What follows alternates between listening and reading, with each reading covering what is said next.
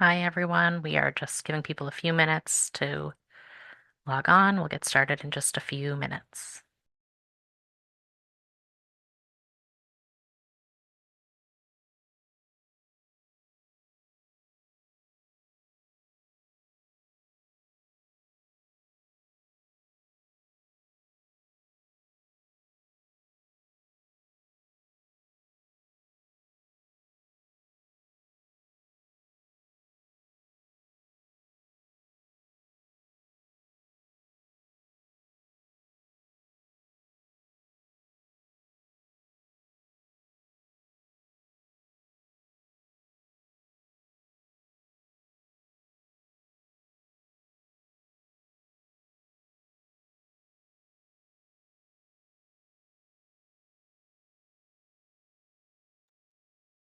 Hello, everyone. We'll get started in just about a minute.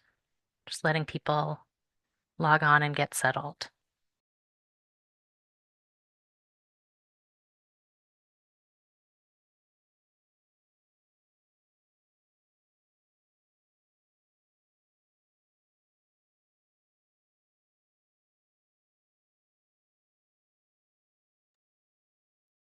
Okay. Hello and welcome, everyone. We are honored to be here with you all today to discuss this important topic, technology at the U.S.-Mexico border, what communities need to know. My name is Stevie Glaberson. I am the Director of Research and Advocacy at the Center on Privacy and Technology at Georgetown Law, and I will be your moderator for the afternoon. My pronouns are she, her, and I am a light-skinned woman with short brown hair and a black top standing in an office. To tell you a little bit about the Privacy Center, we are a research and advocacy organization located within Georgetown University's Law Center, dedicated to exposing and opposing digital era government and corporate surveillance. We do that by investigating the ways that surveillance impacts historically marginalized people, working to develop actionable insights and interpretive tools to help people understand the meanings of digital technology for their own lives, supporting and fostering community-driven anti-surveillance policy advocacy, and training the next generation in a root causes approach to digital era civil and human rights advocacy. In short, we work to make it more possible for more people to resist. Joining me today and visible on your screen is an incredible group of panelists who you'll meet in a moment. They're here and ready to speak with you about the immense and varied technology and surveillance ecosystem at and around the US-Mexico border. I'm so excited to learn from them with all of you. I would like to take a moment here at the top to acknowledge the date on which this event is falling. We honor those who lost their lives in the terrorist attacks of 2001, as well as all those who have been impacted by the destruction and loss of life in the wars that followed. In addition, discussion of the topic at hand would be incomplete without acknowledging the ways that the reaction to the September 11th attacks has contributed to the growth of the surveillance, violence, and xenophobia that fuels our modern day immigration reality. Before we get started, a couple of housekeeping items. First, please note that this session is being recorded. It is also a virtual, multilingual meeting being held with remote simultaneous interpretation in English and in Spanish. To access the interpretation function, please click on the interpretation button, the globe icon, and then click on the language you need to listen to. In this case, it would be Spanish. Simultaneous interpretation is made possible by our team of pro bono interpreters supporting us today. We have Anouk and Olivia on the line. I want to thank them in advance for their work. Their contribution is key to language diversity and inclusion. Live automated captioning is also available. To activate it, please click on the closed caption button located on the Zoom toolbar at the bottom of your screen. You can adjust the size of the captions by clicking on closed captions and then subtitle setting. Please note that the captions are automated, and we apologize if they do not faithfully reflect the original message. They will only be available in the language the panel is speaking, in this case, English. and won't be translated into Spanish. If you need technical assistance at any point during the session, Laura Ferro from the Interpretation and Multilingual Engagement Unit at Amnesty International is on the webinar and available to assist. She's just raised her hand. Hi, Laura. If you face technical difficulties or you struggle accessing the interpretation, please message Laura via private message and she will provide support. We are going to kick off shortly with our panelists giving us a guided tour of sorts through the technologies and surveillance systems people might encounter when they are at or near the US-Mexico border. Afterward, we will launch into a moderated question and answer session. If you have questions that you would like to ask the panelists, please use the Q&A function on Zoom. It should be located at the bottom of your screen on that toolbar. All right, with all of that out of the way, I'm going to turn to our panelists. So Amy, can you kick us off? Yes, and thank you so much, Stevie, for that amazing opening. And hello, all. I am Amy Fischer. I'm the Director of Refugee and Migrant Rights at Amnesty International USA. For those of you that don't know Amnesty, we are a global movement of more than 10 million people in over 150 countries and territories who work to end abuses of human rights. I am with the US section of Amnesty International, and today you'll be hearing from us both at Amnesty USA as well as from our regional office in Mexico City. So I am happy to be here today to really sort of start us out and do a bit of the lay of the land on our ever-changing border asylum immigration enforcement policies here in the US before you hear from the other panelists to really dig in to the tech stuff, which you all are all here to learn about today. And so what we have seen is that the US government has really weaved technologies into nearly every aspect of its border and immigration enforcement regime, only further solidifying the government's dependence on these problematic technologies that we'll be hearing more about today. And what many people who aren't steeped in the immigration space may know is that over the past 3 years and across what has felt like a bombardment of new policy announcements, the government is relying more and more on technology. So let's dig into it. So when the Biden administration came into the White House, the Title 42 Border Authority was still in place. Title 42 is a public health authority that was used as a guise to effectively block access to asylum at the border at the start of the COVID-19 pandemic.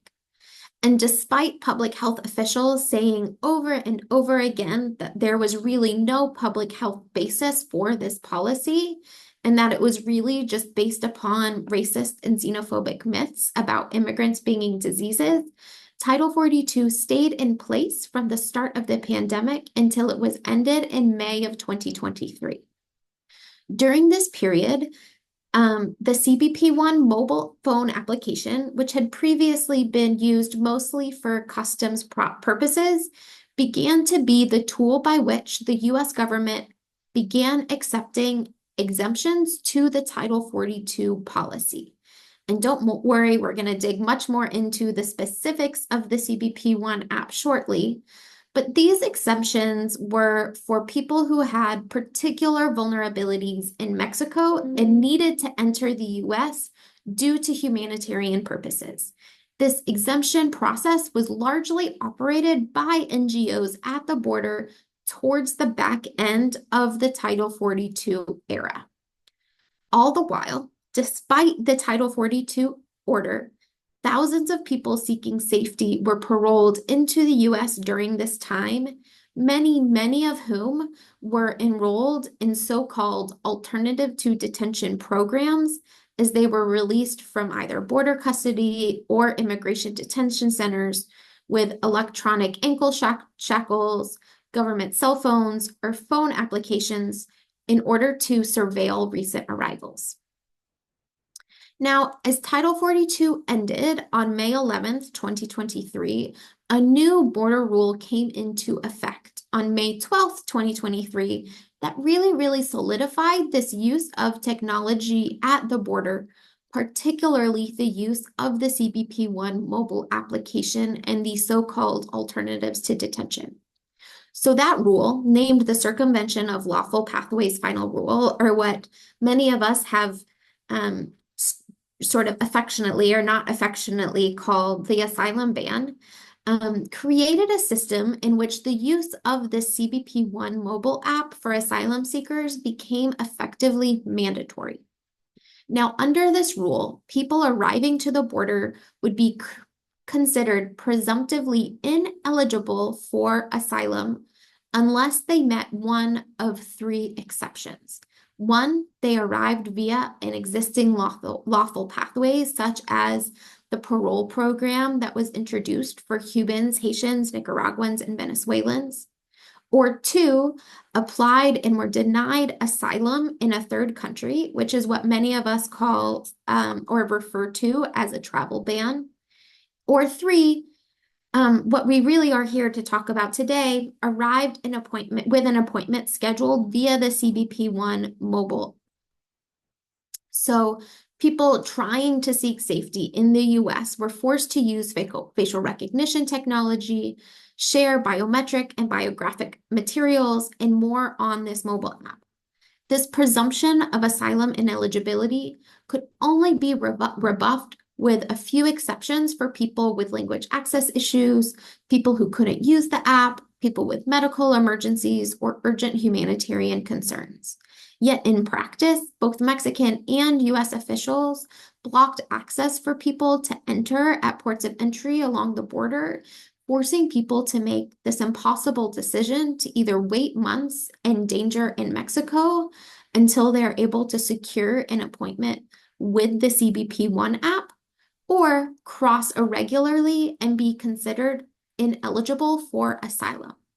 And again, as we saw during the Title 42 era, during this time, thousands of new arrivals were still admitted into the United States during this period, but again, often with electronic surveillance tools to follow them and surveil them as they moved into their new communities. And around the same time, in May of 2023, the US government also announced a new program for processing asylum-seeking families. This was really charted out as a new, model alternative to family detention, but actually only further solidified the use of surveillance-based monitoring of families. This program, called the Family Expedited Removal Management Program, or FIRM, places families seeking safety at the border under electronic surveillance, allowing them to travel to their intended destination city to await a non-detained credible fear interview that happens within the first 30 days that they are here in the US. This interview is the preliminary interview to determine whether or not people are able to proceed with their asylum claims or be deported. All the while, families enrolled in this program have struggled to access things like legal representation or other case management type supports for navigating the process, which of course we would argue is far more effective and rights-respecting way to welcome people arriving at our borders rather than simply placing them in government surveillance. Now, this border system with the asylum ban and the FIRM program remained in place for about a year until there was yet another new border measure introduced this June via presidential proclamation. While both FIRM and the asylum ban have stayed in place, since June, there is even this new asylum shutdown, which has essentially closed the border entirely for people unless they have a CBP-1 appointment. Those that enter without an appointment are now being summarily deported and or placed in cruel detention centers. So while the CBP application became effectively mandatory under the asylum ban, this newest policy makes it totally mandatory, no ifs, ands, or buts about it.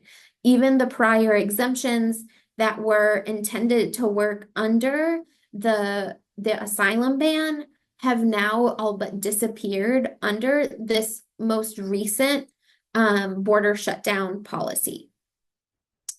Now, since the start of the CBP-1 application for border management, the application used a geofencing tool to limit the ability to seek an appointment to those who were waiting in northern Mexico.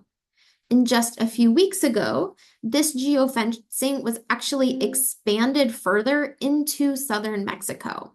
So the effect of this is not only just extending the wait time for appointments to well over 7, 8 months, it also truly expands the reach of what we often call the digital border, meaning that people trying to seek safety have to use this application daily for months at a time until they are lucky enough to get an appointment.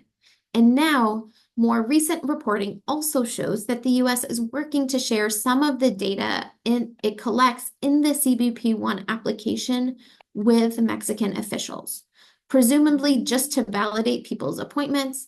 But as you will hear from our panelists, it's obviously just not that simple. So now the sum of sort of all of this background on where we are at in the immigration space is really intended to sort of provide a little bit of like this backdrop before we really dig into the techie stuff that you all are here to learn about. But I just wanted to mention sort of two overreaching things. So one, amidst all of the debate and changes at the border over the past few years, it's really apparent that the US is leaning more and more into digital tools to not only manage who comes into the US, but to collect their personal data and continue surveillance as people begin to build lives here in the country and in their new communities. And two, the result of this is really creating an expanding digital border that is not just some like line between the US and Mexico, but really extends throughout Mexico and across the United States. So I will now pass it to Eliza to really dig into more to this, the tech aspects. Thank you so much, Amy, and thank you again to Georgetown, to Stevie for moderating, and to all my co-panelists for this conversation. Thank you also to our interpretation team for making this conversation hopefully more accessible. I'm really thrilled to be here and really excited for this conversation. My name is Eliza Aspen. I use she, they pronouns, and I'm a researcher on technology and inequality at Amnesty USA. My work this year has included a report that we released earlier this spring, which we made available in the chat and can send in a follow-up message, along with other resources. This report is called The Digital Border.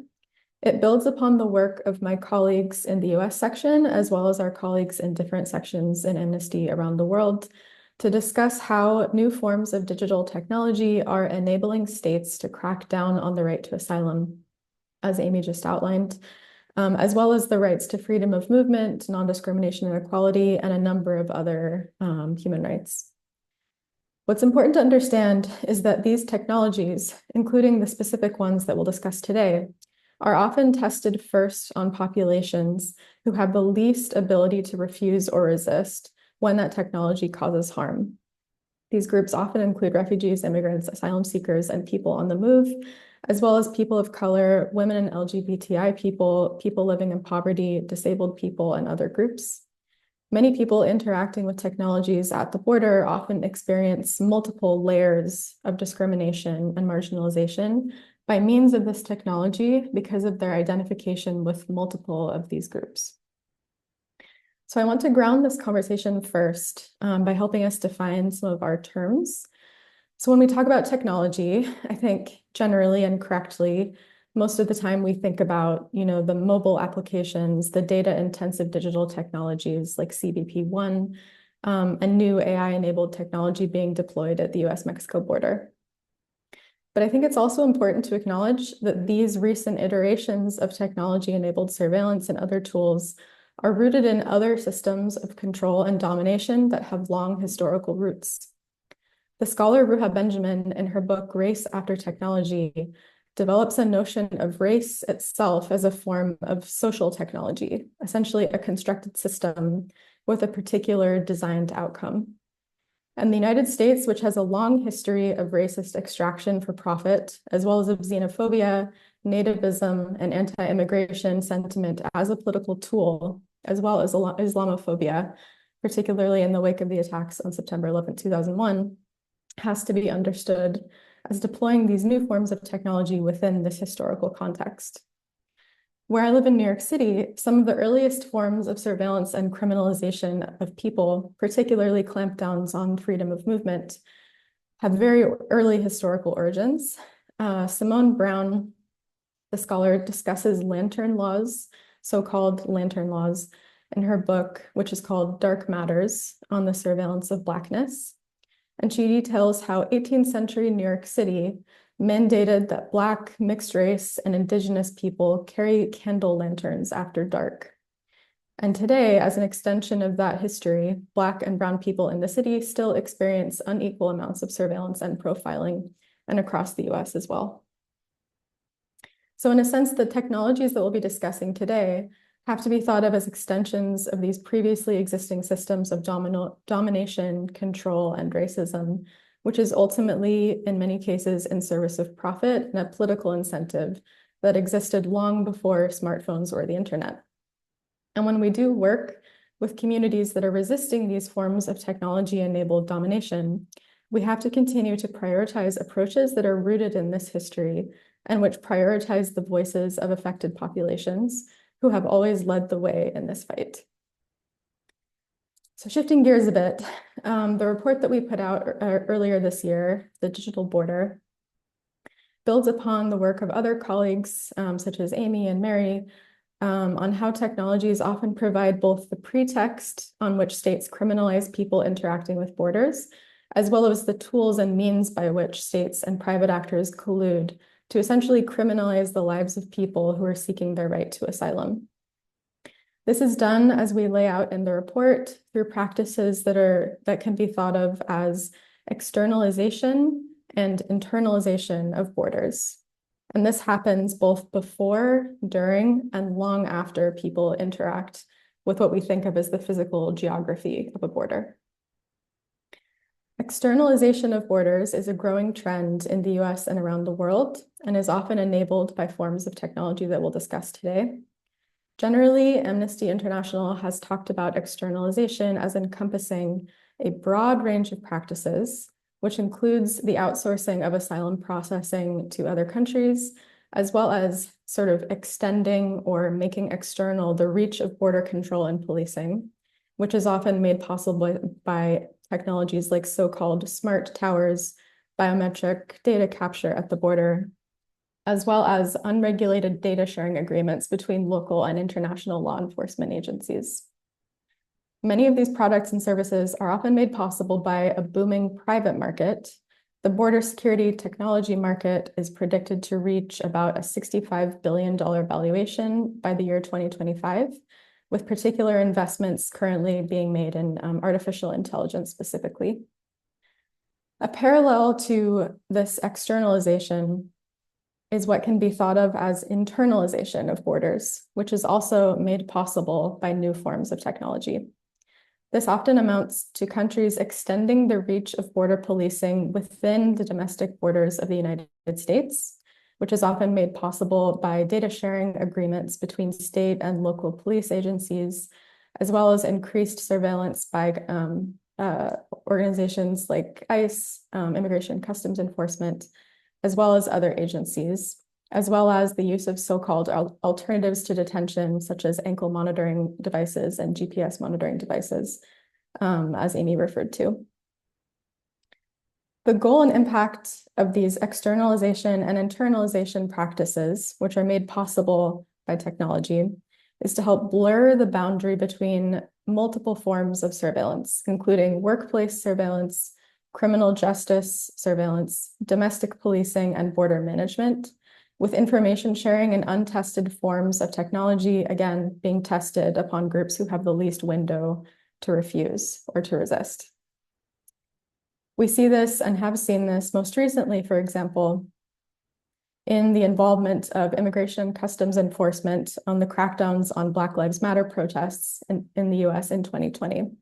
And this is a trend which Amnesty has documented in our Ban the Scan work against facial recognition technology, and which is a growing trend in the US and around the world. To conclude, the best way forward to think towards solutions that help enable communities to resist these technologies is, again, to amplify and empower the work of local communities who have always been working to resist these forms of technology, and to, again, think about these technologies within their particular history and as an extension of systems of racial extraction. And I hope that this is a conversation that we can continue to address today. And with that, I will pass to my colleague, Mary. Thanks so much, Eliza. Thanks so much, everyone, for joining us today for this important conversation. My name is Mary Kapron. I'm the researcher for Canada and the US at Amnesty International's Regional Office for the Americas based in Mexico City. And I'm going to be speaking to you specifically about the use of the CBP-1 application by asylum seekers. And so Amnesty has conducted research into the human rights implications of the mandatory use of the CBP-1 mobile app. And as Amy shared at the beginning, in accordance with the CLP final rule, all people seeking asylum through the US-Mexico border are now required to use the CBP-1 mobile application to schedule an appointment to arrive at ports of entry in order to present their asylum claims. CBP-1 is only available in English, Spanish, and Haitian Creole. Asylum seekers can download and register themselves in the application from anywhere. However, as Amy mentioned, in order to actually request and schedule appointments, asylum seekers must be located in central or northern Mexico, or as of recently, the southern states of Tabasco and Chiapas, while Mexican asylum seekers can request appointments from anywhere in Mexico. And so basically the app uses geofencing capabilities to limit its use to users within specific geographic areas. Asylum seekers have up to 12 hours a day to sign into CBP-1 and request an appointment. Requests for appointments are considered the day immediately following the request, which means that asylum seekers must log into the application and request an appointment each day until they are allocated one.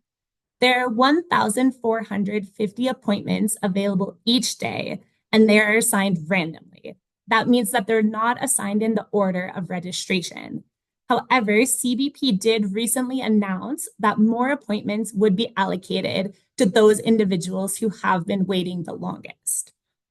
CBP-1 is a complex application that requires asylum seekers to have some understanding of technology, a newer cell phone, access to a stable internet connection, an email address, and knowledge of how to take and upload pictures and videos to the application.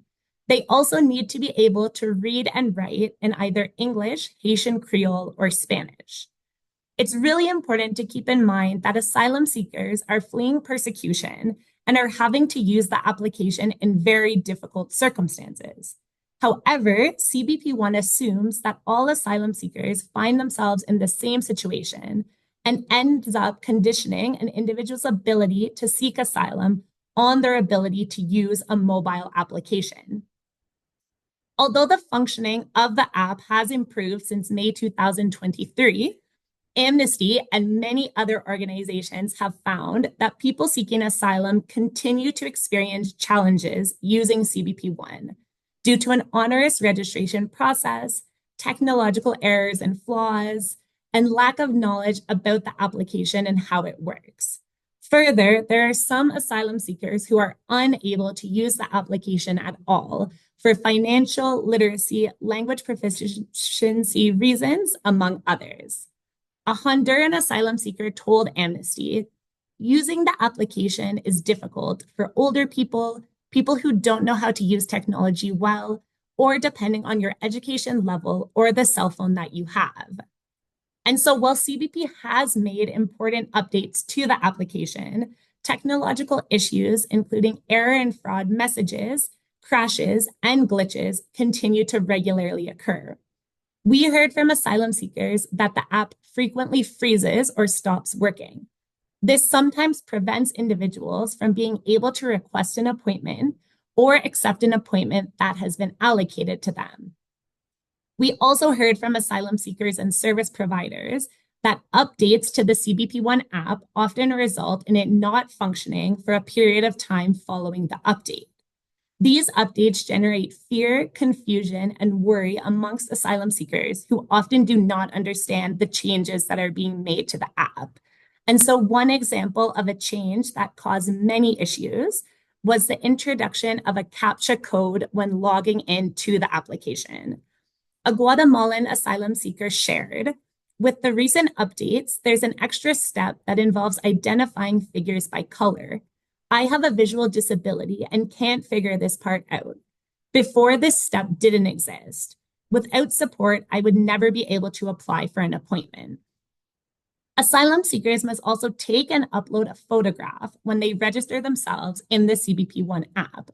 In order to confirm an appointment that is being offered to them, one member of the registration group must upload a video selfie to the application. This video selfie is then compared to the photograph that the individual uploaded during their registration. When CBP1 first became mandatory for asylum seekers, many struggled with this part of the process. Laws with the photographs and video selfies have had a disproportionate impact on racialized asylum seekers. While the photographs and video selfies are now working better, there continue to be problems. Whether or not people seeking asylum are able to upload photographs or videos depends a lot on the quality of the cell phone that they are using. And we often heard that on iPhones, this process works better. The conditions and surroundings in which asylum seekers are taking the photograph or video also impacts their quality. Thousands of people are in shelters with inadequate conditions to upload high-quality photos and have poor and unstable internet connections. And so considering all of these issues and all of the doubts that asylum seekers have about the CBP1 app, there's also a lack of troubleshooting support for the application. And so while CBP does have an email address that asylum seekers can write to if they have questions or are experiencing issues with the application, this requires asylum seekers to be able to write an email in English, which many are unable to do, and any response received from CBP would also be in English. Many asylum seekers that Amnesty spoke with were not aware of this email address or that they could write to CBP for assistance. We also never met anyone who had actually ever received a response from CBP. And so the fact that people seeking asylum are unable to resolve questions and problems with CBP leaves them in a state of uncertainty and adds an additional level of stress and worry. We heard from a Nicaraguan asylum seeker who shared, "Someone did me the favor of registering me, but spelt my last name wrong. I'm depressed. I've been waiting 3 months for my appointment, and I'm afraid I'll be rejected because my name is spelt incorrectly. There's no one to ask, no one understands, and I don't know if I'm waiting in vain." And so considering all of these challenges, it's really important to highlight that there are some asylum seekers who are not able to use the CBP1 application at all for various reasons, including that they don't have a cell phone, they do not understand one of the 3 languages that the app is available in, they're unable to read or write, they have limited technological knowledge and skills, or they have other visual or other disabilities. And so as Amy mentioned at the beginning, the use of the CBP1 app has become mandatory for asylum seekers to enter the US at the US-Mexico border and seek asylum, but many continue to experience technological issues, or there are those who are not able to use the application at all. And so the right to asylum cannot be conditioned on someone's ability to use a complicated technological. The mandatory use of CBP1 violates the human rights of individuals to seek asylum. And with that, I'm going to pass it over to Emerald. Thank you, Mary. So my name is Emerald Say. I use any pronouns, and I am a law fellow at the Center on Privacy and Technology at Georgetown Law, and I'll be presenting in English. So we just heard from Mary about how the government tracks people using a phone app, but I'm going to talk about a different way that the government tracks people, which is by using information about our own bodies. So what I'll be sharing today comes from a report that the Privacy Center published a few months ago. It's called Rating the Genome: How the United States Government is Abusing Immigration Powers to Amass DNA for Future Policing. I'm going to begin by giving a brief history of DNA collection by the federal government, and then I'll get into how many people are having their DNA taken, how is it being collected, what are the risks of having your DNA collected by the government, and I'll give a brief preview of what can be done about it. So to start with a brief history, the federal government has been collecting DNA for years. The thing that we need to pay attention to is how that DNA collection has expanded over time.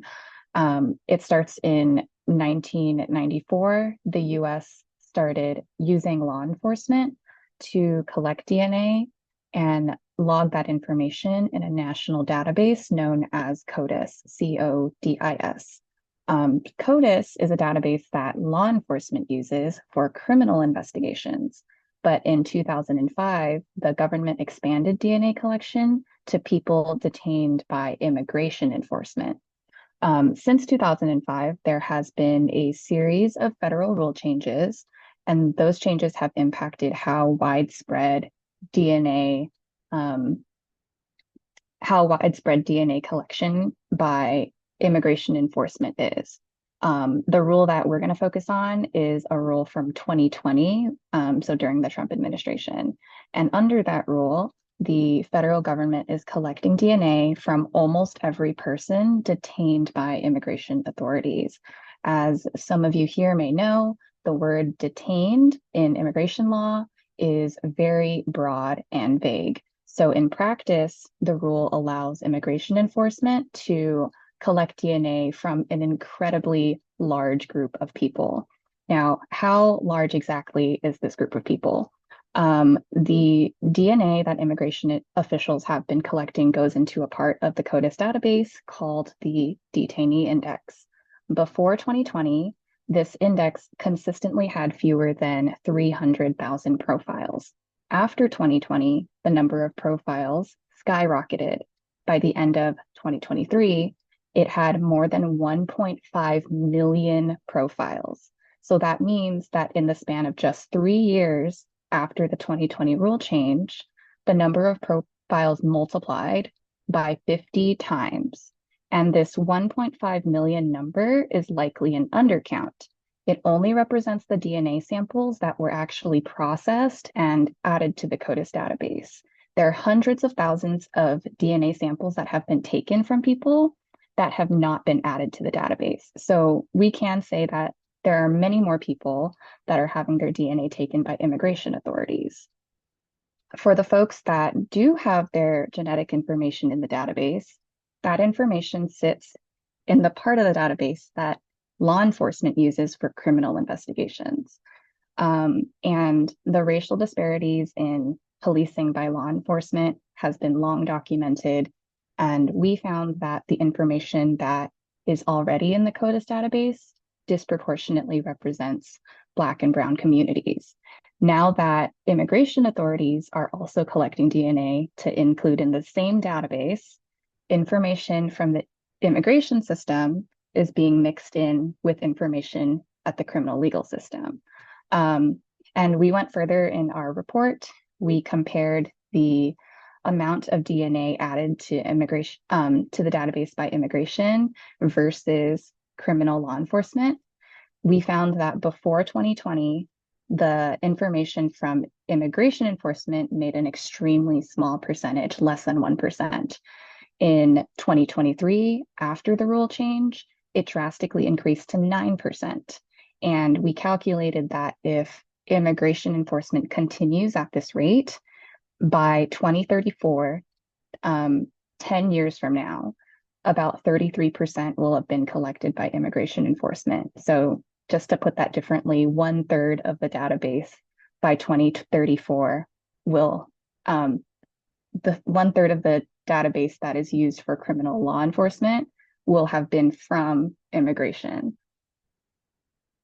So how are immigration enforcement, how are they collecting DNA?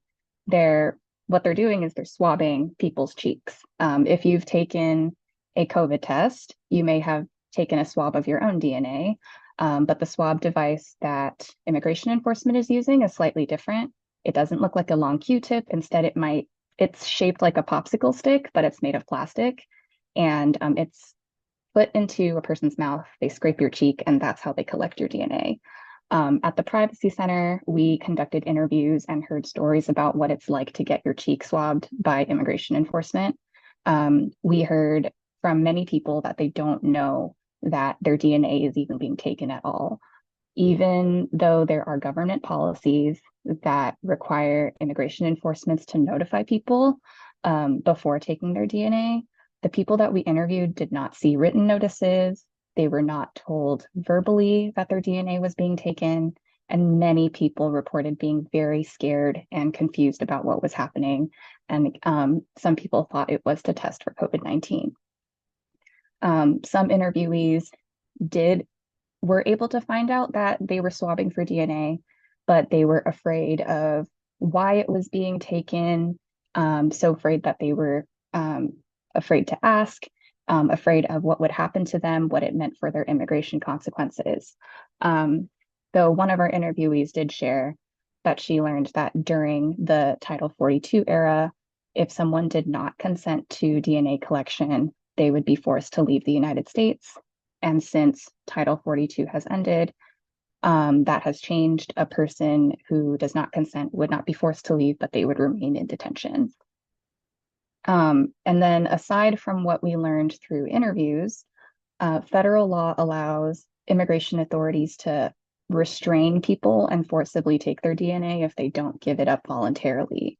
If a person fails to comply, they can be charged with a misdemeanor. And I'm sure many of us here know that any criminal charge, like a misdemeanor, has serious implications for whether a person can become a citizen or whether they can remain in the United States. Now, aside from the risks of a criminal charge, there are other risks that are specifically related to having your DNA taken. The first is that the harms of racialized policing are going to get worse. As I mentioned earlier, CODIS is filled with genetic information that is submitted by criminal law enforcement. So the database is already racially skewed. And immigration enforcement is now adding to that same database. We know that a majority of the people that come into contact with immigration enforcement are people of color. So from that, we can infer that the federal government collects DNA primarily of people of color. And as a result, since law enforcement at all levels, the local, state, federal, and international levels, they all collect DNA primarily from people of color, more police resources will be put toward monitoring, investigating, policing these communities who already face the brunt of these activities. And so that's like a first set of risks related to racialized policing. The second is that after a DNA sample is collected, it's really unclear whether it can be realistically deleted. After an immigration agent takes a person's DNA sample, that sample is used to create a profile that gets added to the database. Our research leads us to believe that after the profile is created, the government holds on to the DNA sample and they hold on to it for as long as they want to. This creates huge risks in the future for the people that have had their DNA collected, their families, and the communities that they live in. Now, the issues of DNA collection it's been around for decades now, but it has not been much of a priority. Escalation in recent years is very concerning, and we need more energy around this expansion of DNA collection. The Privacy Center has identified some opportunities for action, which is detailed in the report, and I'm happy to talk about that later. But for now, I'm going to pass it on to Marianna.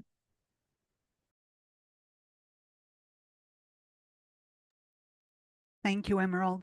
Hi, everyone. Good afternoon. My name is Marianna Poyares. I use she, her pronouns, and I am a postdoctoral fellow at Georgetown Center on Privacy and Technology. I work at the intersection of ethics, tech, and migration enforcement, and I'm currently researching SmartLink, which is a phone app used by ICE's Alternatives to Detention program. So in many ways, by bringing SmartLink to the conversation that we're having today, we're also offering a critique of the mainstream notion of the border, as Eliza mentioned, the mainstream notion that would think that the border and border control mechanisms exist only at the edge of the national territory, right? Um, Differently from that, we're thinking how these mechanisms, they exist beyond the territorial boundary, both internally and externally, right? So how certain processes of enforcement and surveillance that may start at the territorial boundary, how they seep into the interior in the case of SmartLink and in the case of the Alternatives to Detention program. So let's talk a little bit about Alternatives to Detention as a program very quickly, give it an overview of the program, and then SmartLink in more detail. So Alternatives to Detention is a program managed by Immigration and Customs Enforcement, ICE. It was originally created in 2004, and for the first 19 years of its existence, it remained relatively small.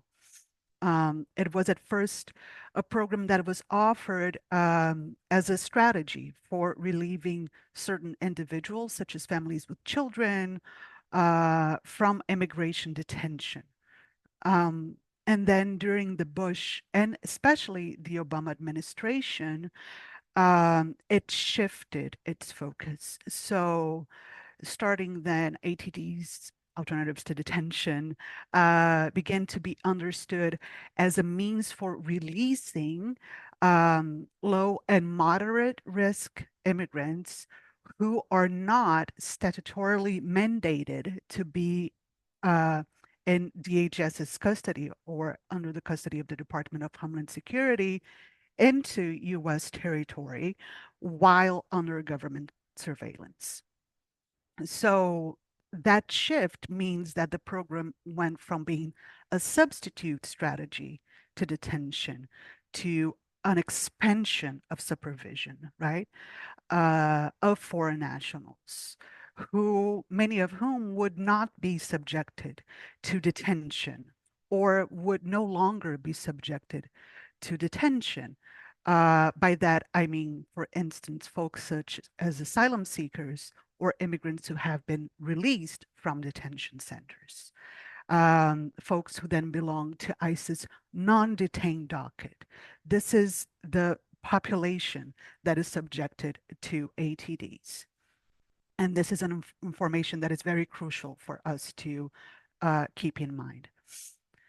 So during the past two administrations, so the Trump and now the Biden administration, the program has seen an important growth. So from carrying a budget of roughly $150 million in 2020, in 2023, the program has had a budget of roughly $360 million. So it has more than doubled. Currently, fiscal year 2024, actually, there are 215, and this is actual data that is released by ICE, right? Currently, we have 215 people are enrolled in the Alternatives to Detention program. And from these 215,000, about 145,000 are monitored through this specific app. It's a phone app, a smartphone app called SmartLink, right? So just to wrap up this brief narrative about Alternatives to Detention, much of the program's success and appeal relies on in many ways a successful marketing of the program as humane and cost-effective, a humane and cost-effective alternative to the incarceration of immigrants. Um, and in many ways, the SmartLink app is supposed to provide an efficient way for immigrants, say, to have access to case management support and to regularly check in with ICE. We could argue that the idea that the program itself is a humane and cost-effective alternative to detention is problematic insofar as I was mentioning, these individuals belong to ICE's non-detained docket. And we can talk about the presumed effectiveness of having access to case management support, the access that the app would provide, and the ability to for immigrants to regularly check in with ICE through their smartphones. That is an issue that has been flagged by civil societies organizations insofar as immigrants already comply at an extreme high rate. More than 85% of immigrants comply with in-person check-ins. So in order to run these two services, right, case management and support and regular ICE check-ins, SmartLink, the app, it runs facial recognition, voice recognition, and geolocation, right? So at any given time, an immigrant is using their phone, they have the SmartLink app installed in their phones, they would receive a push notification and they would be requested to take a photograph of themselves, right? To show where they are. That photograph would be then pinned to a specific geolocation. The app would run facial recognition to make sure that that is the individual that they should be talking to, and so on and so forth. However, we can identify two problematic aspects of this technology. First, one that, as you can see, we've also mentioned when talking about CBP1, is the issue of troubleshooting. When it comes to SmartLink, there is de facto no troubleshooting at all, and troubleshooting in many ways. So let's say the inability to properly use the app because of some kind of bug, some kind of difficulty managing the app will potentially trigger immigration enforcement. Because the user will be found to be non-compliant with the terms they're under for remaining in the country. That is highly problematic, right? But second, there's also a second problematic aspect of SmartLink is the question to what is the full extent of SmartLink monitoring capacities. So as a recent report from Just Futures Laws based on a number of FOIAs show that the app goes beyond the stated scope of monitoring, its monitoring capabilities. According to this report, BI, and I'm going to talk about BI very quickly. BI is the company, the technology company contracted by the Department of Homeland Security to run SmartLink, right, to create and operate SmartLink. Through SmartLink, BI, again, a private tech company, is able to collect an enormous amount of personal data, including address, email, phone number, birth date, social security number, visa and passport numbers, employment information, education, biometrics, health and data, geolocation, phone number of close contacts, immigration court records, vehicle driver data, and so on and so forth. This extended monitoring raises important issues concerning privacy and consent, but it also defeats the argument that the app serves only the purpose of maintaining regular check-in compliance, right? Showing that the app also serves as a powerful instrument of surveillance and uh, potentially it serves as an important database for immigration enforcement. It is also possible to argue that the app institutes a new system of e-carceration, right? So a form of incarceration beyond detention centers, right? A form of electronic monitoring and surveillance and mobility control of individuals that should not be under this form of scrutiny.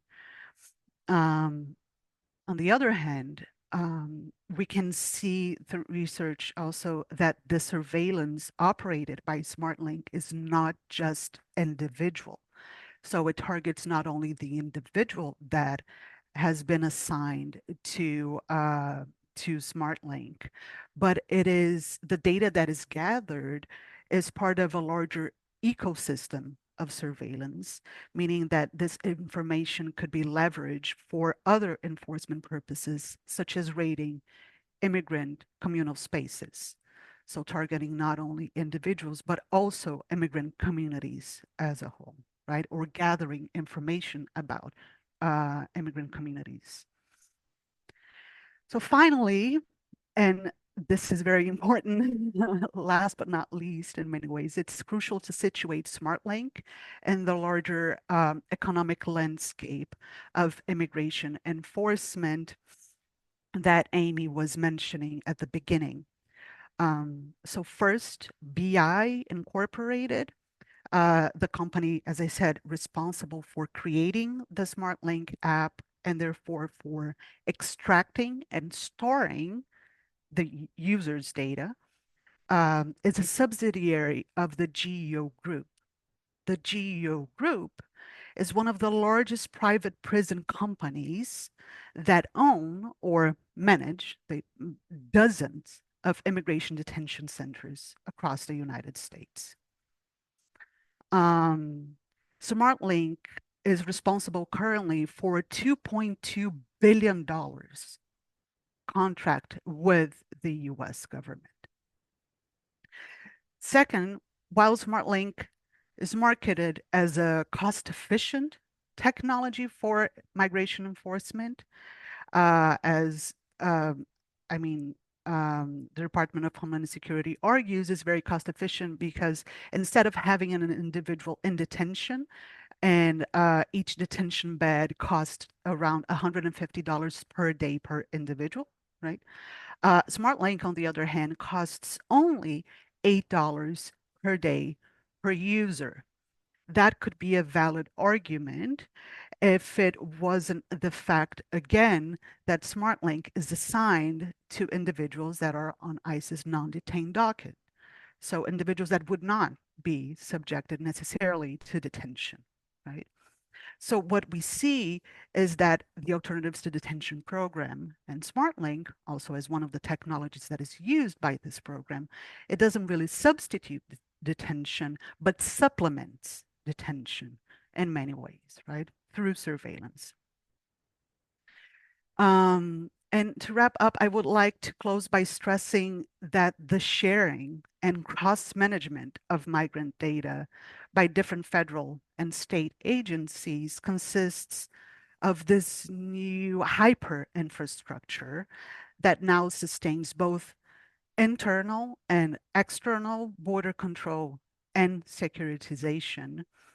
But maybe the most striking of examples of the role played by data infrastructures in this new system is the crucial role that tech companies now play in immigration enforcement, including migrant incarceration and the expansion of surveillance through apps and technologies such as SmartLink, for instance. And with that, I close, and I'll go back to Stevie. Thank you so much. And thank you to each of you for sharing all of that incredible and in many ways terrifying information with all of us. To all of our attendees, the question and answer field is open. You should feel free to place your questions there. That is what we are really monitoring for questions. So please use that, not the chat, although we will try to keep our eyes on everything. I'm going to take moderator's privilege and kick us off with a question. And we do already have a couple of questions in the chat. We're going to try to get to as many as we can. So we just heard from each of you about just a wide variety of different technologies and systems that are being used, from phone-based apps to our own physical bodies. How do all of these different programs interact with each other, or do they?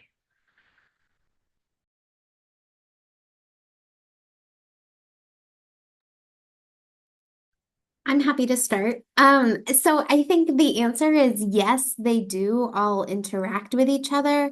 And I think sort of the way to think about that is that if you are an individual or a family who is coming to the United States to seek safety, it is more than likely that you and your family members will be subjected to at least one, if not more, of these technologies. And, the way that we often talk about this at Amnesty is really talking about and really centering these policies around this overarching theme to our border and immigration policies that is based upon the idea of deterrence, that the United States wants to make the process of arriving to the United States, coming to the United States, as difficult and dehumanizing as possible to prevent people from coming, to deter them from even trying to come to the United States. So that's why we sort of lump all of these issues together as like a set of deterrence policies. But the thing is that, like, I think we all know and have been knowing for years is that deterrence policies actually don't work. They don't actually deter people from seeking safety because the individuals and the families that we're talking about here are people who have already made the impossible decision to leave their home in search of a better future. They are exercising their human right to seek safety. And they are fleeing a situation that they are truly unable to return to. And the US is basically saying, don't come. And if you come, you have to be willing to basically accept the terms of these surveillance and other sort of like mobile technologies in order to, basically make it to the other side. And so I think it's really difficult to kind of talk about, DNA collection and SmartLink and CBP1 as sort of individual things, but the reality is that they're actually all sort of tied together in this overarching attempt to deter people from coming at all.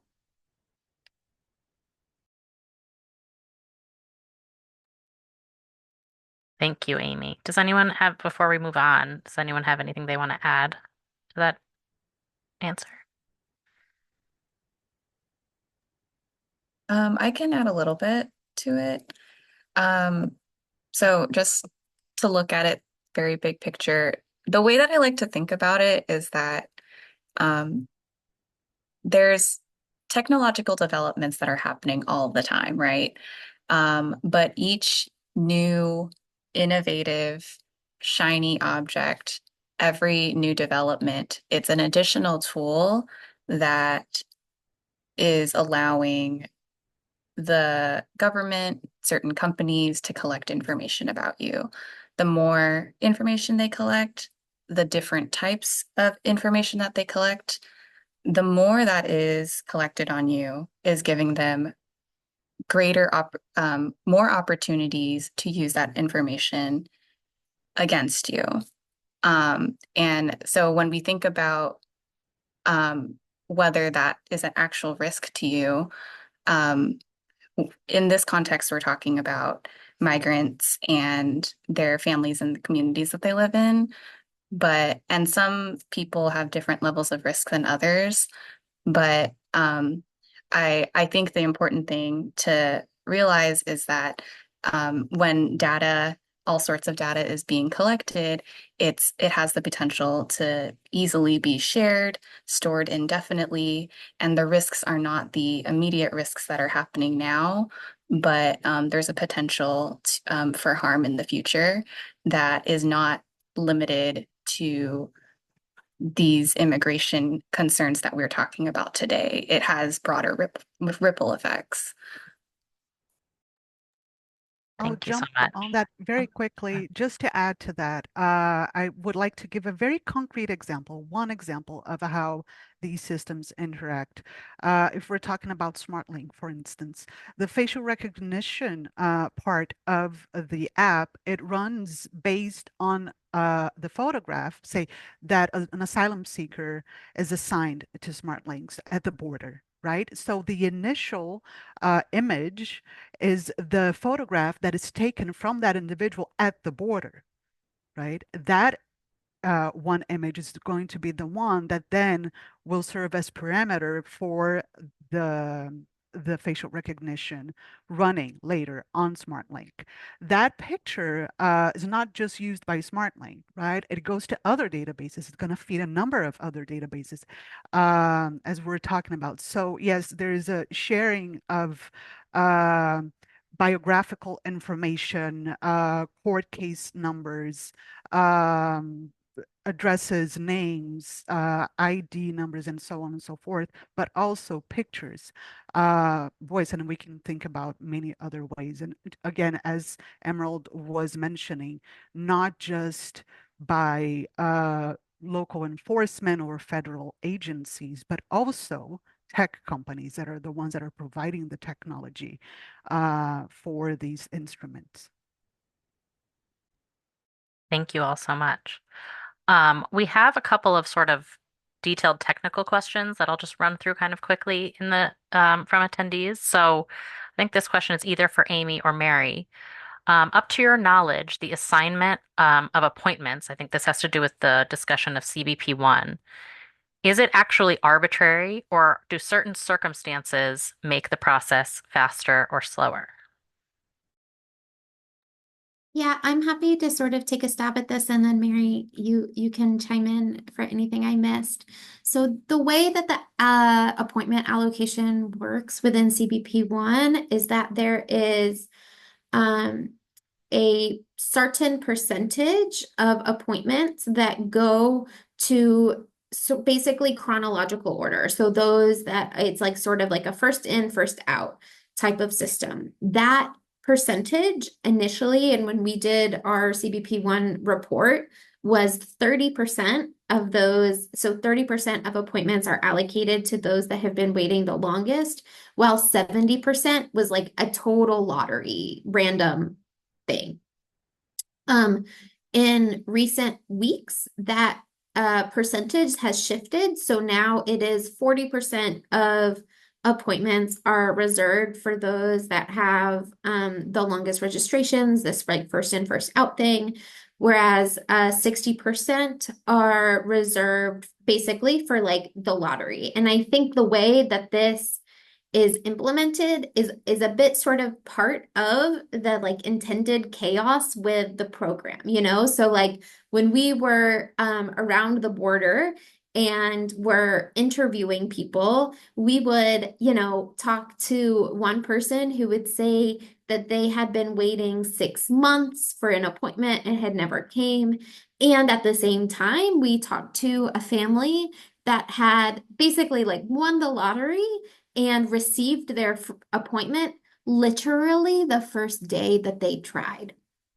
And the thing that's really challenging about this is, one, to answer the question directly, there's not any process by which an individual can say, hey, I have a particular vulnerability and therefore I should be moved to the front of the list. That is a process that simply does not exist. And also what it does is it really does fuel the rumor mill of people who are trying to navigate this application that they know very little about. And so what we see is that people will hear a rumor that if you select X port of entry, you will get an appointment faster. Or if you are requesting an appointment from X city in Mexico, you will get an appointment faster. Or if you do one thing or another thing, maybe you will get an appointment faster. Knowing that these are really like rumors, there's a rumor mill. Oftentimes these rumors are started actually by like traffickers who are trying to move people to a certain area of the border. But overall, no, there's sort of no mechanism to do that other than this sort of first in, first out way. And I think the additional thing to add there is that the first in, first out system also doesn't necessarily reflect those that have been waiting the longest. So another thing that Mary mentioned and that we found a lot in our research was that many, many people have to delete their registration at one point and then re-register. And anytime you have to re-register for this application, you sort of start back as like you've been trying for one day. So you could have been using the app for 6 months. You are a pregnant individual and then you have a baby. Okay. You now have to delete the app, re-register to be able to add your newly fresh, baby to it. And then you are considered, those 6 months basically mean nothing. There is no history. There is no way for CBP to actually be like, hey, this person has actually been waiting 6 months. They should be in this list. Instead, it's really like, that doesn't matter. This is now day one. And so it really sort of exasperates the waiting and sort of the mental anguish that the use of this app really causes. And maybe just to jump in and add one quick thing related sort of to the technology piece that we were discussing is that, as we mentioned, asylum seekers, when they register in the app, they have to take a selfie and upload it. And then at the time that they're offered an appointment, they have to take a video selfie to sort of, then the app compares that selfie to the photograph to make sure it's one of the people who originally registered. However, because of the conditions in which the asylum seekers are taking their original photo or uploading the video selfie, sometimes it doesn't match, even if it's the same person. And the only solution that CBP has to this is to delete your registration and start all over again. And so, as Amy was mentioning, really the wait times are much, much longer than CBP actually has calculated, because the majority of people that we spoke with have more than one registration. Thank you. Just a very quick follow-up, and I wonder if this is one of these rumor mill things or if this is even something you've come across. But an attendee asks, I'm curious to know if you are aware of whether the geofencing feature used by CBP1 can be circumvented by the use of VPNs. And Mariana, I think this question could also be asked about SmartLink. In field research conducted in Mexico last year, many migrants mentioned some of their strategies to try and get around the geofencing, but I don't know if these have been verified and work for people on the move. I can answer that one again. So I think the answer is a little bit of a yes and no.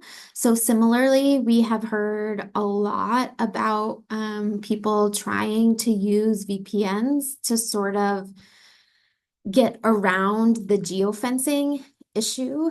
And as a result of that, CBP has made sort of multiple updates to the app to try and prevent that from happening. So, when Mary talked about the implementation of the CAPTCHA, that was one of those things that CBP had added to the app and like the many sort of updates to it to sort of prevent some of these sort of behind the scenes issues that people were desperately trying to use to make their appointments come faster.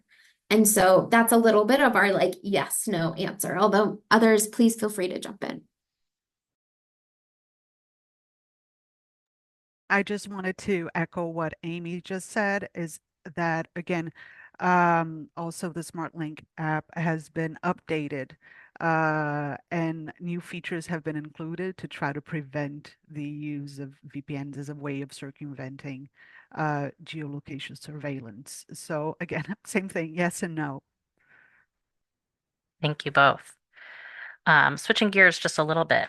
Eliza, in your remarks, you mentioned, and I think in the digital border, Amnesty writes that states often experiment with new technologies in the asylum or immigration process on those who, for a variety of underlying reasons, have the least ability to protect their rights or seek redress when harmed. Related to that question, we have an attendee asking, um, I want he or she says, I wondered if you'd also be making connections to the use of technology with the Palestinian population, especially in the West Bank.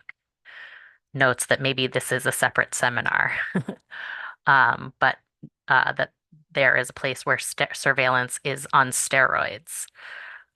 So he or she says, I'm curious if you'll be addressing the U.S. companies that provide the materials and have contracts with companies. So either part of this question, either what, if any, is the connection to what is being experienced in Israel and Palestine, um, and or the broader question of experimentation on vulnerable populations and where we might see these technologies go from there. If I'll turn first to Eliza, but everyone should feel empowered to answer if you have thoughts.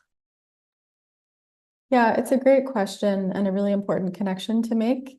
Definitely, I feel like we could just keep this webinar going for hours and hours at this point, and this conversation deserves its own session for sure. But I will just say briefly that we know that the state of Israel, like Silicon Valley in the US, is a hub for the development of many kinds of technology, most prominently moving in the direction of defense technology, first and foremost. In Israel, the most extreme and sort of well-known case is that of NSO Group's Pegasus spyware, which is an invasive form of surveillance that has been deployed against human rights defenders and journalists around the world. Amnesty International released an report in 2023 entitled Automated Apartheid, which details how the state of Israel has developed, tested, and then often exported or made available different weapon systems that it often refers to or sort of markets as battle tested in the context of the occupied Palestinian territories. That's definitely something to continue to watch. And I will just say, I think the known connection to the US-Mexico border, besides the ongoing sort of exchanges and knowledge sharing training between US domestic policing departments and the IDF, as Elbit Systems, which is Israel's largest weapons manufacturer, and is a company that has been central in bolstering the country's apartheid regime, including the Biden administration's virtual wall at the US-Mexico border, which comprises at least 473 surveillance towers, many of which have been facilitated with Elbit Systems technology. So I mean, this isn't something I can speak to in depth. I think this is definitely an area for increased research and advocacy to take place. But I will just say that this is a connection that is definitely there, and that, as my other panelists have spoken to, a lot of border management regimes around the world are not only exchanging tactics and knowledge sharing, but also in many cases using a lot of the same companies' technologies to carry out the kinds of violations of rights that we've spoken about. So yeah, it's a good connection, but I would open it up to anyone else who wants to offer any further thoughts on that.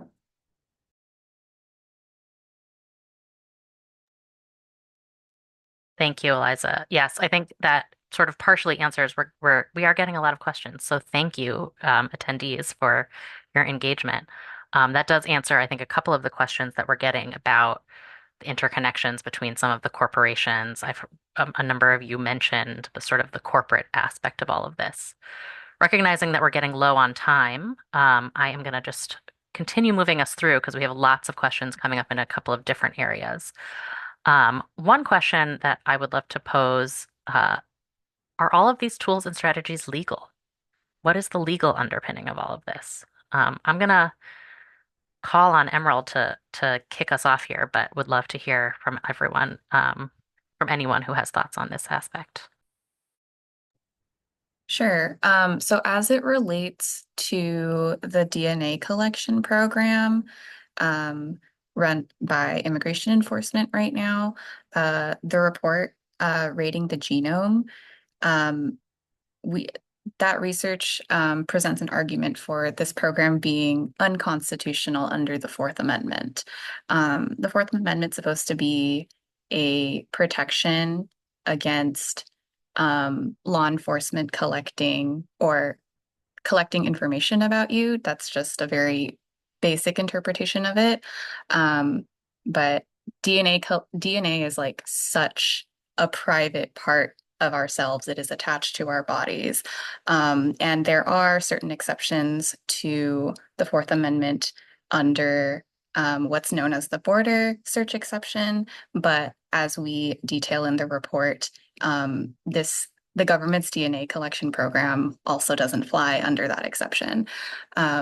So I completely encourage you to look at the report. And I would love to hear from other panelists about whether other aspects of this are legal or not.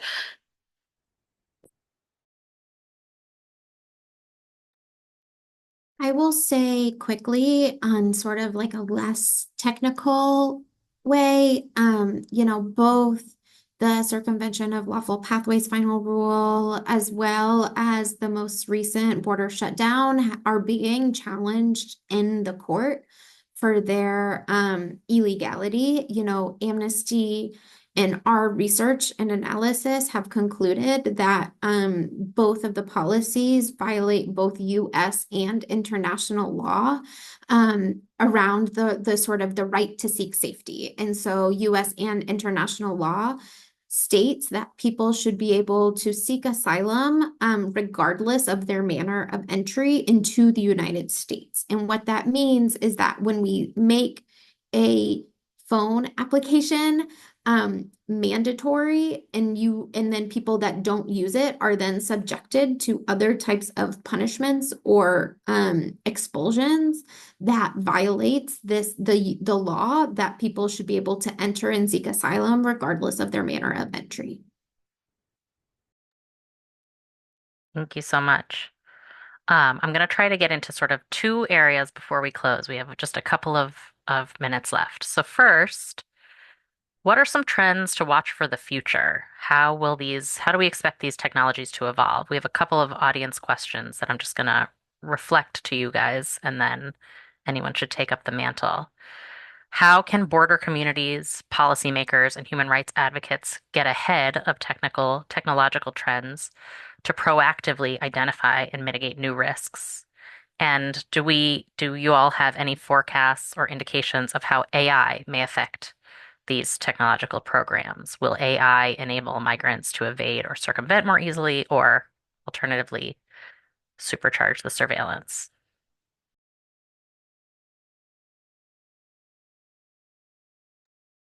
Yeah, maybe I'll just come in really quickly on that last point.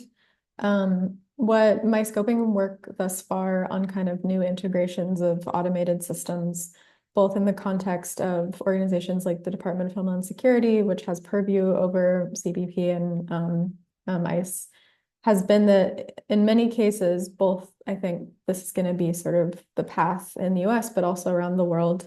Often it's the case that automated systems provide kind of like a pretext for sort of like this deterrence exercise that Amy spoke to, sort of providing an excuse for the rejection of asylum applications. We know, for example, in the EU context, that automated asylum status determinations or some form of automated decision-making in the immigration system is in place and is rolling out. And without effective human oversight and regulation by human rights groups and transparency, does have that capacity to just continue to further kind of the discrimination that we've seen thus far.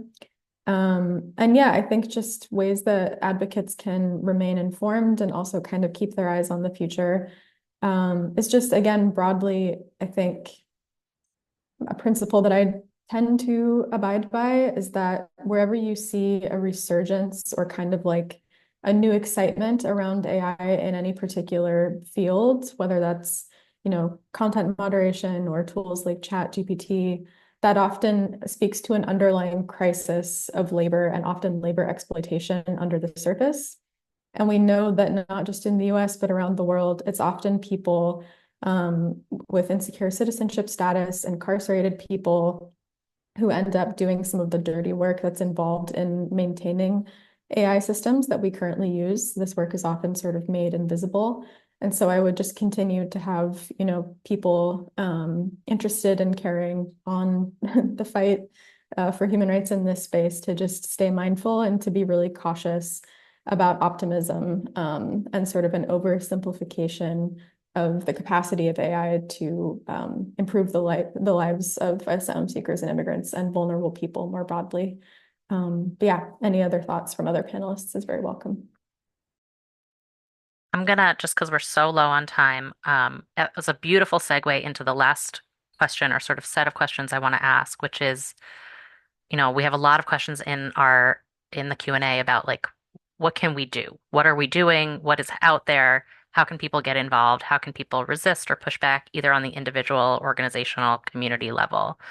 So while our panelists get ready to answer from their perspective, I'm gonna ask Laura to please open the chat. We've had it locked down until now, but please open the chat so that attendees, if you are involved in efforts, if there's something that you want to elevate for the 91 people who are on currently about something that's going on in your community, organizing against some of these tools or techniques, please feel free to add it to the chat so that others can see what you all are up to.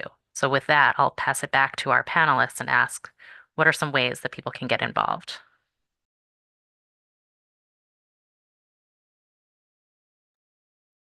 I'm happy to start from sort of the AI USA perspective. Here at AI USA, we've been doing a lot of work over the past few years to work with both Congress and the administration to end the asylum ban, as well as to end our country's reliance on immigration detention and surveillance, right? So that's a lot of like trying to do education on the Hill to our government partners, to NGO partners on all of the bad things that sort of we have been talking about today. But particularly right now, as we are leading up to the election in the US, we are also trying to put forth sort of this narrative of what an alternative could be, what is an alternative solution to the situation at the border that is actually not grounded in deterrence, enforcement, and surveillance. And so I can drop it in the chat, but that is why we sort of have this new human rights blueprint for the border that really charts out what a welcoming and functional system at the border could look like that doesn't rely on invasive technology or sort of cruel expulsion and detention policies, and really sort of puts forth what a human rights approach to these issues could look like. And on that page, people are able to endorse the blueprint as both individuals and organizations, as well as we can drop an action in the chat where people can sort of push back against the asylum ban as well.